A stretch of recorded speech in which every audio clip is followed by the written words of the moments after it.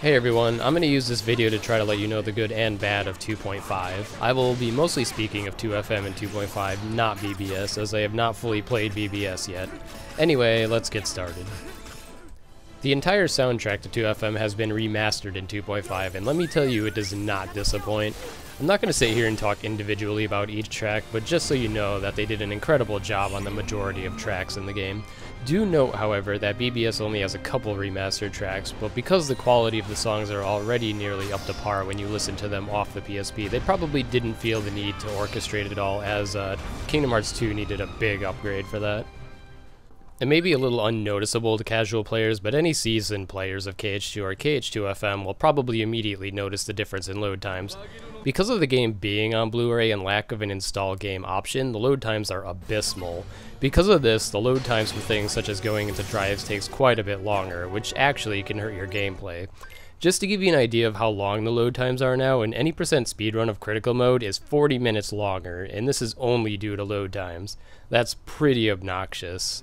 The slow load times in 1.5 worked out fine because of having cutscene skip, but since KH2 already had cutscene skip, it has no redeeming factor in speed compared to the original KH2s.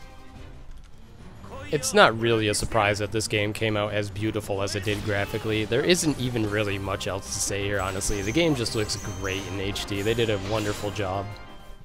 I don't know why Square refuses to add a soft reset to every version of KH2 ever, but they have yet again failed to put in a soft reset.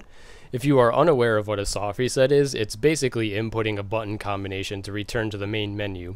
Every single KH game except any version of KH2 has it. This makes it frustrating to get to the main menu in the original due to having to reset the entire console. However, to add a little bit of good to this, they at least added in the option to go to the main menu from any save point. While that's better than nothing, it's still quite time consuming because of the load times and such. This does not apply to 2.5 BBS at all, but in 2FM they left the game untouched gameplay-wise. This is amazing because many of us feared that they would try to change some things that shouldn't be changed in the first place. But as it turns out, the game is the same as the original 2FM. I have to give a big shout out to Square for that one. For me personally, I was worried that they were going to change the EXP0 ability to have hidden properties as they did for 2.5 BBS to be similar to 1.5's wonky EXP0 ability. Fortunately, they did not change it at all, so all of you who wanted a level 1 experience in 2FM can go through the same ordeal as the original 2FM players. So while the mechanics were unchanged, a couple fights were screwed up a little. One of them is minuscule to casual players, while the other will probably lead to random deaths. The first is Grim Reaper 2 fight in Port Royal. In the original, you could do his RC when he's sucking up the medallions, and then hit him with a thunder to knock them all out after the RC. In this version, he picks up more medallions than normal, so you have to do 2 thunders on the ground to knock them all out. This problem happened in emulator for KH2 games, so it's weird that it carried over in the 2.5, but unfortunately it does. The other problem is big, however. During the final Xemnas fight, his grab move randomly fails to have the reaction command show up. This is a huge issue because if you're on a higher difficulty, you're going to die at random most likely. I really don't know how this was overlooked, but unless it's fixed in the English version, it's going to stick out for casual players and is already an annoyance in speedrunning the fight. Note that a safety measure of the grab move is to just use Riku's session limit through it though. Not everyone cares about trophies, but for those who do, fear not, as they did an extremely good job on the trophies for 2FM. I can't speak for BBS trophies yet, but 2FMs are very solid. What makes them solid is that every single trophy can be obtained on a single playthrough. Yes, this means the Proud Mode trophy stacks into critical mode. If you do a playthrough and do everything in Jiminy's Journal and most gummy stuff, you'll probably plat the game, save maybe a couple trophies that you have to kind of go out of your way to get, such as the Anti-Form trophy and the Mickey one. Before you freak out, yes, you do have to do the gummy missions, however, you do not have to do all of them. If you simply get 1 S rank per route and 1 S rank X mission per route, you should get all the gummy trophies, assuming you also snagged all the blueprints in the process.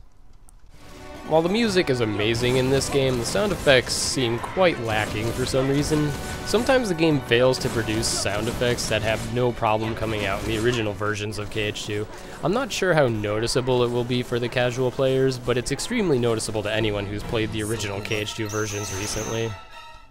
I feel like I have to quickly talk about Timeless River sounds in 2.5. They wanted to make Timeless River seem more authentic than it already was, so they even went as far as to muffle the sound even more and add static even. While this isn't the worst thing ever, it is a bit distracting and not too pleasant on the ears in all honesty.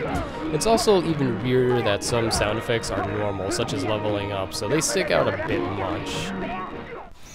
I have not tested much of this, but some of us 1.5 players know all too well the lame game crashes that can happen. From random skipping cutscenes causing crashes to using Bambi in some rooms in Monstro, 1.5 was pretty bad at being a stable game. However, so far in 2.5 I haven't run into any unintentional game crashes yet, which is nice to see. The crash on the experiment from original 2FM can still happen, but it's tricky to get to happen, but at least so far there are no cutscene skip crashes like in 1.5. Now to conclude this video, what is my verdict on the game? Well, honestly, it's actually amazing. With the loading times aside, this game is actually very fun and pleasant to play in HD with the remastered music, so I don't see why anyone wouldn't enjoy it casually as much as they enjoyed the original KH2. If you're going to speedrun it, in an any percent run, you're gonna lose 40 minutes. That's just what's gonna happen. You're gonna have to deal with that, but that's really the only big downside. Before ending this video, I will just divulge a tiny bit into 2.5 BBS. Let me just say right away that they fixed the controls up greatly now that it's not crappy handheld controls. The right analog stick works almost as good as KH2's camera, so no more shoulder button camera movement. You can toggle the command deck with D-pad or shoulder buttons, so that also helps a lot for some people. So in short, controls are very solid now from what I've played. As for EXP0, aka level 1 playthrough generally, Square stated beforehand that they were changing it to be less boring. However, they seem to have went overboard. EXP0 has the 1.5 EXP0 treatment for BBS, and with it equipped, you do pretty absurd damage with moves such as Aqua's Mindseeker. Bosses such as No Heart can be beaten at level 1 now in just only 2 minutes. Basically, just like 1.5, EXP0 has hidden properties to buff your damage. If you were to take it off at level 1, you would also do chip damage again. While it's hard to complain that they did what people wanted for this, it does beg the question, what really is the point of level 1 in BBS anyway when you can get second chance and once more abilities? It really takes the challenge out of level 1, combine that with invincible dodging with Ven and Aqua, and you have a pretty pointless level 1 playthrough. So the combat system in general is to blame for this more than anything, but just note that they did change level 1 in this game so you could deal more damage. Just seems a bit too much now though. Alright, that concludes this video. Hope it was informational if you're planning to pick up 2.5 in English, or even if you want to still get it imported.